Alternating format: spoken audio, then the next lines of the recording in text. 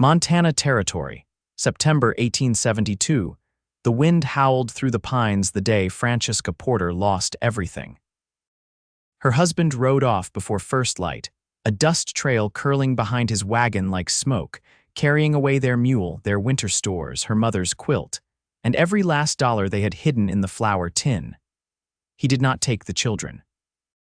Francesca stood barefoot in the dirt yard, her arms wrapped around her thin frame, the hem of her dress soaked from the morning dew.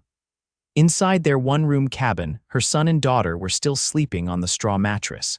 Thomas was 7, Faye just 4. They had not heard the wagon pull away. Her husband had not left a note. By noon, the sun was high and cruel. Francesca took stock. The pantry was nearly empty. 1 jar of beans, half a sack of cornmeal, no salt, no lard. The chickens were gone, the axe too. She checked the shed, both traps were missing. Francesca had never begged in her life. She had buried 2 babies, crossed from Missouri to Montana in a wagon seat with cracked hands and a swollen belly, and learned to skin a rabbit when her husband refused to waste bullets. But now, her knees buckled beneath her. She sank to the ground and pressed her forehead to the dirt. She cried until the dust turned to mud under her hands. That night, she fed the children the last of the cornmeal in thin cakes cooked over a fire of dry sagebrush. She told them stories of horses with golden manes and rivers that sang. They fell asleep smiling. She did not. The second day, she packed a quilt, the children, and what little food remained. She walked east, following the old trail that cut through the pines toward the foothills. Her boots were cracked and too tight. Her shoulders ached from carrying Faye when her daughter's feet began to bleed. By dusk, the wind shifted. Smoke drifted through the trees, a fire close. Francesca lifted her chin and followed the scent. She found the cowboy beside a low fire near the edge of a dry creek. He was tall, with a lean build and a face half shadowed by his hat. A bay mare grazed behind him. He looked up without surprise when she stepped into the clearing, holding her daughter against her hip and her son close to her side. "You look hungry," he said, his voice calm, even. "Sit." "I have bread." Francesca hesitated. He tore a chunk from the loaf resting on a tin plate and held it out without standing.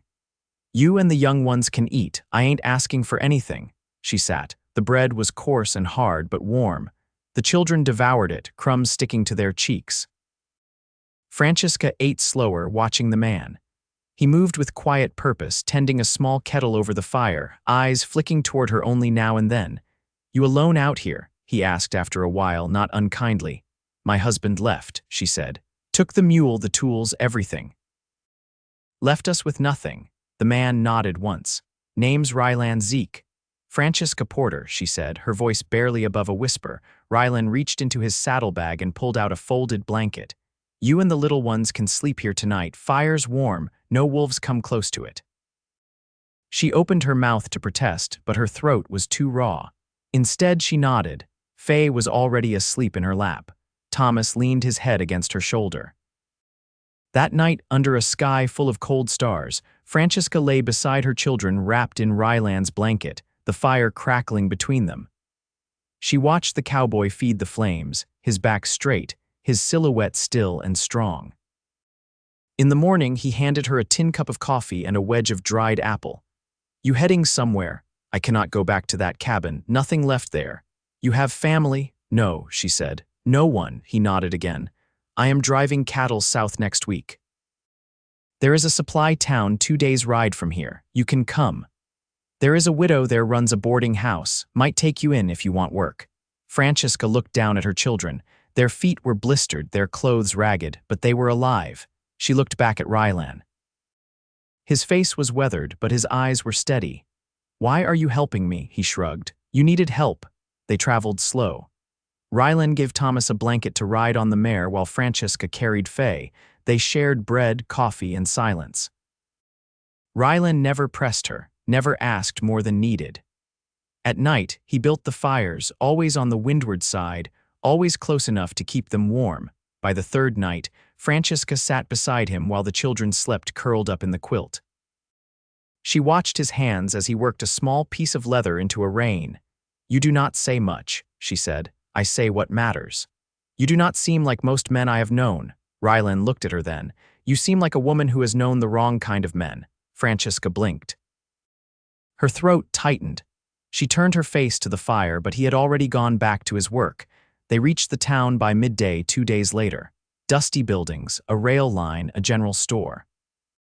The widow Rylan took one look at Francesca and her children and said, "You can help with laundry and cooking. Room and board. Fair?" Francesca nodded. Rylan turned to go. She stepped forward, touched his arm. "I do not know how to thank you." Rylan looked down at her hand, then slowly brought his to rest over hers. "You already did." She did not want him to ride away, but she said nothing. He mounted his mare, tipped his hat to the children, and rode off without looking back. That night, Francesca stood at the edge of the boarding house porch, arms folded against the wind. She watched the horizon until the dark swallowed it whole. Inside, the children slept, their bellies full for the first time in days. Outside, Francesca whispered into the night, "Please come back." The boarding house sat at the edge of town, where the prairie gave way to low grass hills. From the upstairs window, Francesca could see the freight wagons coming in off the southern trail, creaking under the weight of dried goods and flour sacks. The widow, Miss Halpern, kept her expectations clear. Breakfast served before sunup, linens boiled twice a week, and no dawdling during supper hours. Francesca followed every rule. By the end of the first week, her hands were raw from scrubbing and her feet throbbed by early evening. But Thomas had a pair of patched boots now, and Faye carried a rag doll one of the seamstresses had given her. The children slept deeply in a narrow cot beside her bed, their breathing slow, and even Rylan hadn't come back. It was Thomas who first spotted the riders again. He ran through the front door one late afternoon, cheeks flushed, hollering breathlessly. "Ma, he's here, he's back. I saw his horse."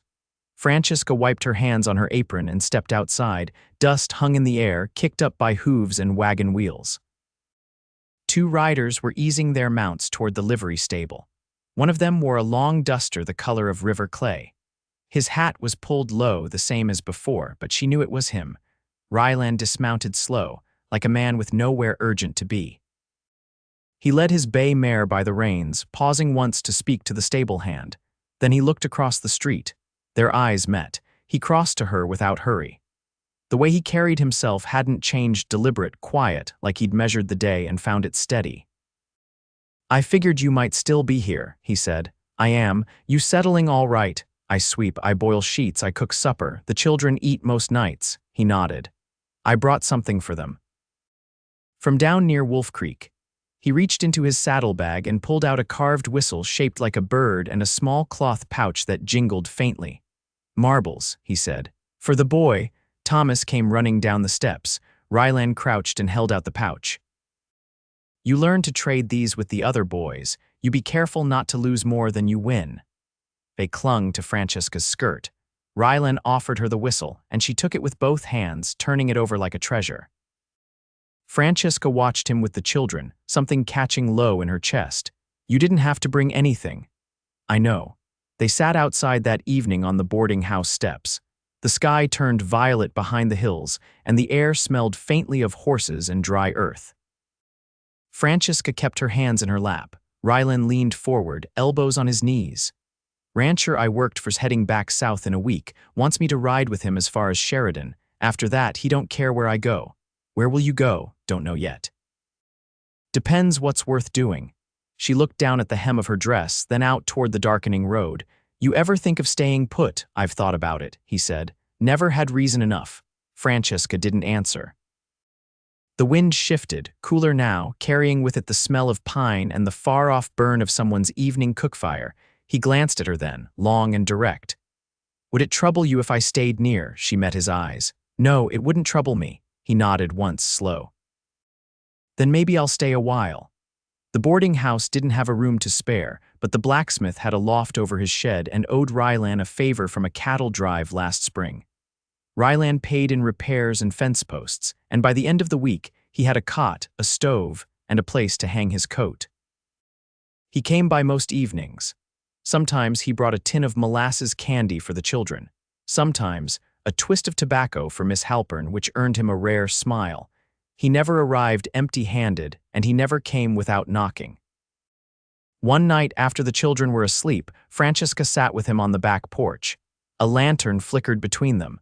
She poured water from a tin pitcher into 2 cups, handing him one.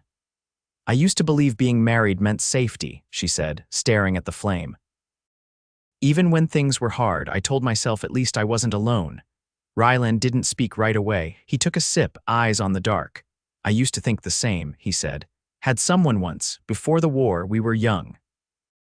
I went east, and when I came back, she'd married someone else." Francesca turned her face toward him. "Did it break you?" "No, but it taught me not to expect anything just for wanting it." She was quiet a long moment. Then she asked, "Do you expect anything from me?" He didn't answer right away. When he did, his voice was low. "I expect nothing, but I'd like to earn something if I can." She looked at him then, long and steady. "You've already earned more than you know." The lantern hissed softly as the oil burned low. Neither of them moved to refill it.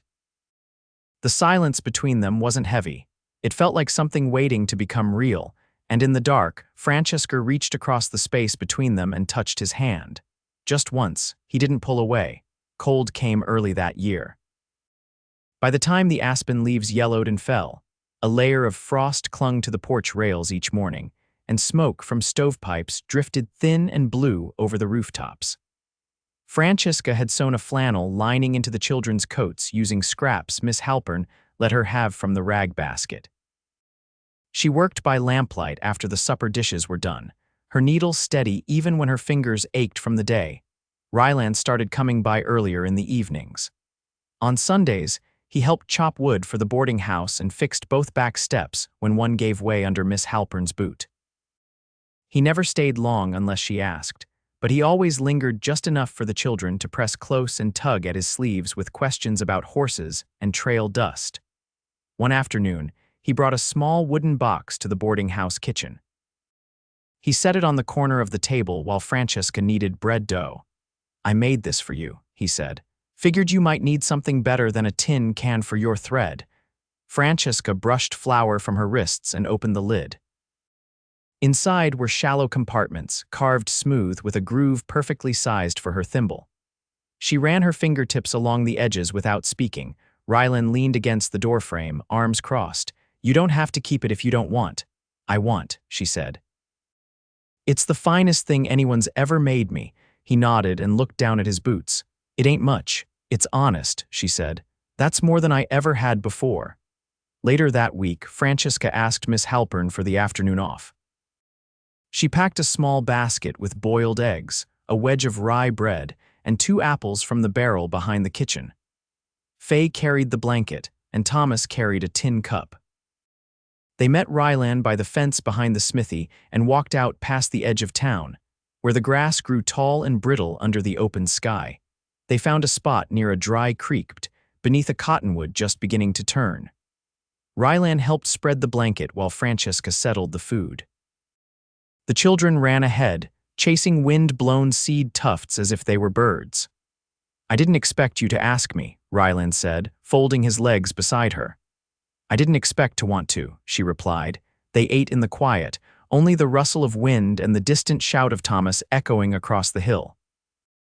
Rylan chewed slowly, eyes on the horizon. "I used to think I'd keep riding until the trail ran out," he said, "but I never found the end of it." She watched his face. "And now, I don't know," he said. "Maybe I've already passed it and didn't notice." Francesca looked down at her hands. "Sometimes I don't know what comes next. I keep waiting to feel settled, but it's like my feet don't trust the ground yet." "You've been carrying too much," he said. "For too long." She didn't answer, but she didn't look away. When the children came back, out of breath and laughing, Rylan pulled a folded square of canvas from his saddlebag and handed it to Thomas. "This is a map," he said. "Not of here. It's from down along the Platte. I thought maybe you'd like to learn how to read it." Thomas opened the canvas, eyes wide. "Can you teach me?" "I can," Rylan said. "If your ma don't mind." "I don't," Francesca said. "So long as he listens." That night, after the children were asleep, Francesca stepped onto the back porch and found Rylan sitting on the step, arms resting on his knees. She sat beside him without a word. The moon was high, casting a pale sheen over the rooftops. He didn't look at her when he spoke. "You don't owe me anything, I know, but I'd like something from you," he said. Then he turned toward her, his voice quiet. Not now, not unless you're ready, but someday. She didn't answer at first, then she reached over and took his hand in hers. Maybe not someday, she said. Maybe soon. They sat like that until the cold crept into their boots and the moon slid behind a cloud. Neither of them moved to go inside. Not yet. Not while the world was still quiet and the space between them finally felt like home. By mid-October, the first snow came light, but enough to stick in the wagon ruts and rim the rooftops in white before melting away by noon. The boarding house grew colder despite the stove, and Francesca took to boiling extra water in the evenings to keep the rooms warm through nightfall. She mended what she could: hems, mittens, a tear in Thomas's sleeve. Each day was full, but no longer sharp-edged. She moved through it with greater ease, as if the rhythm of it had finally settled into her bones. Rylan came by each morning now, before the sun broke over the horizon. He brought chopped wood or a handful of eggs from the livery yard hens. Sometimes he stayed just long enough to see Thomas off to the blacksmith's for his chores, where the boy had begun learning to handle tools under watchful instruction. Faye, too small for work, played quietly in the kitchen with a doll Francesca had sewn from old muslin. That morning, Rylan stood near the porch rail, his coat dusted with frost. Francesca poured him coffee from the kettle, the steam curling between them. "I was offered a small parcel of land," he said, blowing into the tin cup. "South end of the valley, not far from the river. Old trapper passed on his nephews selling it off cheap." She turned slightly, her hands still wrapped around her own cup. "What's on it?" "Not much. A shack, half a fence. But the soil's good. Could raise goats, maybe a mule if I can find one that ain't lame." She looked out toward the edge of town where the sky brightened over the distant hills. "You think you'd take it?" "I would," he said. "If there's anyone who might want to build it with me." She didn't speak right away. Then, still watching the horizon, she said, "I never learned to thatch a roof. I reckon I could teach you." She turned back to him, her face unreadable. "It's not the roof that worries me." He set the coffee on the rail. "What then?" She hesitated. "Starting again. I only just learned how to breathe again." Rylan reached into his coat pocket and pulled out a folded square of paper. "There's a deed. Needs 2 witnesses and a name to file it under. I can do it alone, but if you ever choose to add yours beside mine, no one would stand in the way." She didn't take it. "I need time." "You have it," he said. "As long as you want." That afternoon, she walked the children out past the wheat fields where the last of the season's stalks lay cut and bundled. The wind smelled of snow. Thomas skipped ahead, pointing at hawks circling overhead. Faye clutched her mother's hand, quiet and wide-eyed. They reached a low rise where the land spread out in every direction, and Francesca stood still, listening to the hush of it. Later, after the children were asleep, she sat at the kitchen table sewing a patch into one of Thomas's socks. The boarding house was quiet, save for the ticking of the wall clock. When a knock came at the back door, she didn't startle. Rylan stepped in, hat in hand, his boots damp from the melting snow. "I've been thinking," he said, voice low. "I've known trouble. I've known silence. I've known empty beds and long roads. What I haven't known is someone who looks straight at the hardest thing and doesn't flinch." She set the sock aside. "I've flinched more than you know. I don't need someone who's unshaken," he said. "I need someone who keeps standing." She stood then, slowly, and crossed the room until they stood face to face. "I don't want to be beholden again, not to any man. I don't want to own anything but the work we build side by side," he said. "Not your name, not your children. Just the days ahead if you'll have them with me." She stared at him, eyes steady. "You take them as your own." "I already have." The words settled between them like warm ash. She breathed them in slowly. "I'll come see the land," she said. "After the snow lifts," he nodded. "That's all I ask." As he turned to go, she reached for his hand at the door. For the first time, she didn't let go. The ground thawed in late March, softening underfoot where the snowmelt carved thin rivulets along the wagon path. Francesca wore a borrowed cloak and a scarf she'd knitted through the last weeks of winter. The yarn pulled tight and even.